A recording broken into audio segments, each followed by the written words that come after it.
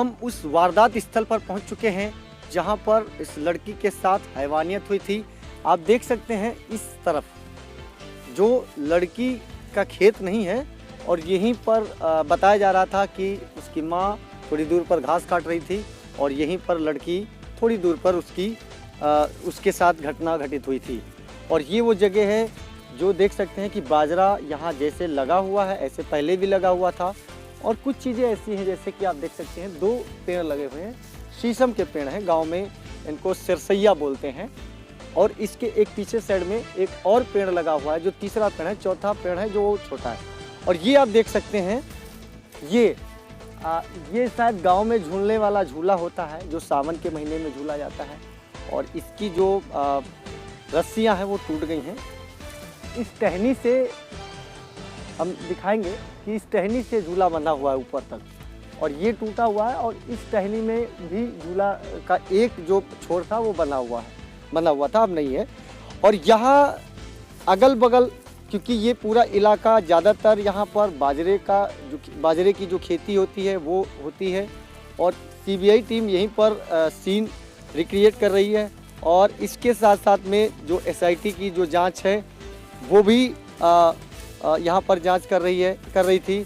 और यहीं पर देख सकते हैं कि जो एक भूसा रखने की जगह है, जैसे कि चारों तरफ से गांव देहात में पानी बरसने पर ख़राब न हो। और ये देख सकते हैं कि ये जो भूसा होता है गेहूं का जो काटने के बाद जो वो पड़ता है वो इसको भूसा बोलते हैं गांव में है। और ये देखिए ये सीन का जो एक हिस्सा है, वारदात का जो एक पार्ट है उसको भी सीबीआई ने अपने में संलिप्त किया। ये जो बोतलें आप ये मत समझिएगा कि ये बोतलें कुछ ऐसी वैसी है, ये वो बोतलें हो सकती हैं जिसको लेकर के यहाँ पर हो सकता है चाय पानी या कुछ तमाम चीज़ें होती हैं, उसके बाद यहाँ पर अपना फेंक दिया गया। और ये इस तरफ इधर ये भी बाजरे का खेत है, ये अभी हरा है, ये अभी पका नहीं है, ये भी कटा भी नहीं है। और यहीं से थोड़ी दूर पर यानी जो रोड है वो जो गांव का आरसीसी रोड होता है या डामर वाला रोड जो होता है गांव में वो कुछ इस तरह का। और यहाँ से इतनी दूरी पर वारदात होना बताया जा रहा है। 14 तारीख से लेकर के बीच का जो ड्यूरेशन था उसमें कई लोगों ने जो ऑफ द रिकॉर्ड बताया कि कोई देखा तो वो लड़की को लेकर जब जाया गया तो ठीक ठाक थी, लेकिन अब ये हम इसकी पुष्टि नहीं कर सकते क्योंकि हमें ये इतनी जानकारी नहीं है। लेकिन जो सीन ऑफ क्राइम है उससे आपको थोड़ा बहुत अंदाज़ा लग गया होगा।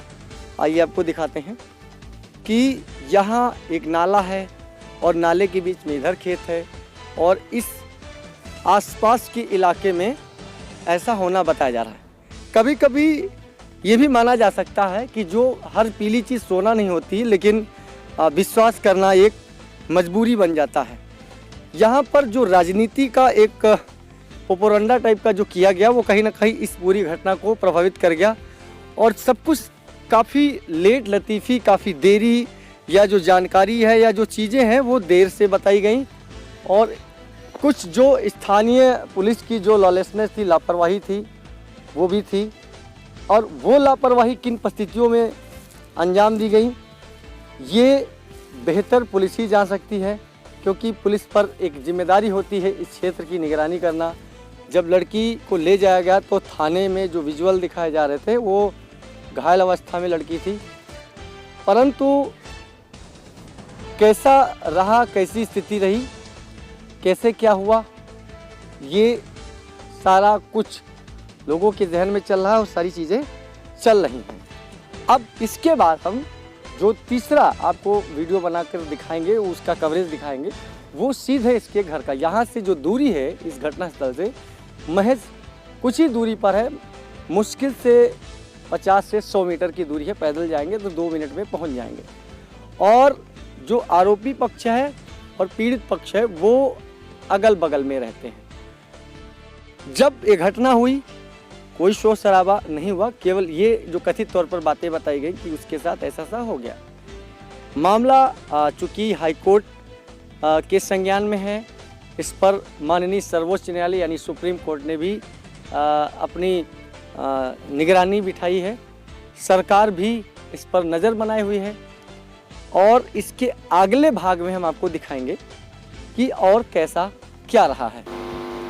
और इस वक्त हम मौजूद हैं पीड़िता के घर पर, जहां पर सांत्वना देने के लिए कई संगठन के लोग, कोई एनजीओ के लोग और परिजन रिश्तेदार आ रहे हैं। और ये जो तस्वीरें हैं ये ऐसा बताया जा रहा है कि किसी संगठन से हैं जो अपने आप को एनजीओ के बताते हैं। और इसके बाद ये बाहर की जो तस्वीर है आप देख सकते हैं, ये जो पीड़िता है उसके घर के बाहर की तस्वीर है, जहां पर पुलिस की तैनाती कर दी गई है। और साथ में यहाँ आप देख सकते हैं ये भूसा है जहाँ पर उसके पशुओं को चारा देने की वो होते थे। और यहीं बगल में जो पशु रहते हैं, जानवर रखा जाता है जिन्हें, और यहीं पर उनके चारे की व्यवस्था कर दी जाती थी। और ये घर से ठीक बाहर, यानी जो ये घर बना हुआ है वो एक कुलिया टाइप का है, कुलिया के अंदर ये घर बना हुआ है। और इसके ठीक बिल्कुल सामने जहाँ पर ये पुलिस वाले बैठे हुए हैं, ये ठीक सामने आरोपितों का घर है। 2 खिड़कियाँ हैं छोटी छोटी सामने यहाँ से दिख रही हैं। और इसकी दूरी पीड़िता की और आरोपियों के घर की जो दूरी है, एक आरोपी की घर की दूरी जो संदीप बताया जा रहा है, महज 5 से 10 मीटर की है। और ये जो आप देख रहे हैं मेटल डिटेक्टर है, यानी कि जो कोई आ जा रहा है तो उसकी फ़ोटोज़ वगैरह यहाँ सीसीटीवी जरिए खींचे जा रहे हैं। तो तमाम ऐसी चीज़ें हैं जो इस हाथरस कांड में सतर्कता के तौर पर बनाई गई हैं। पुलिस की निगरानी में सब कुछ हो रहा है, सीबीआई भी जांच कर रही है और आगे हम बताएंगे कुछ और। ध्रुव गोस्वामी, वैशाली एक्सप्रेस न्यूज़, हाथरस, उत्तर प्रदेश।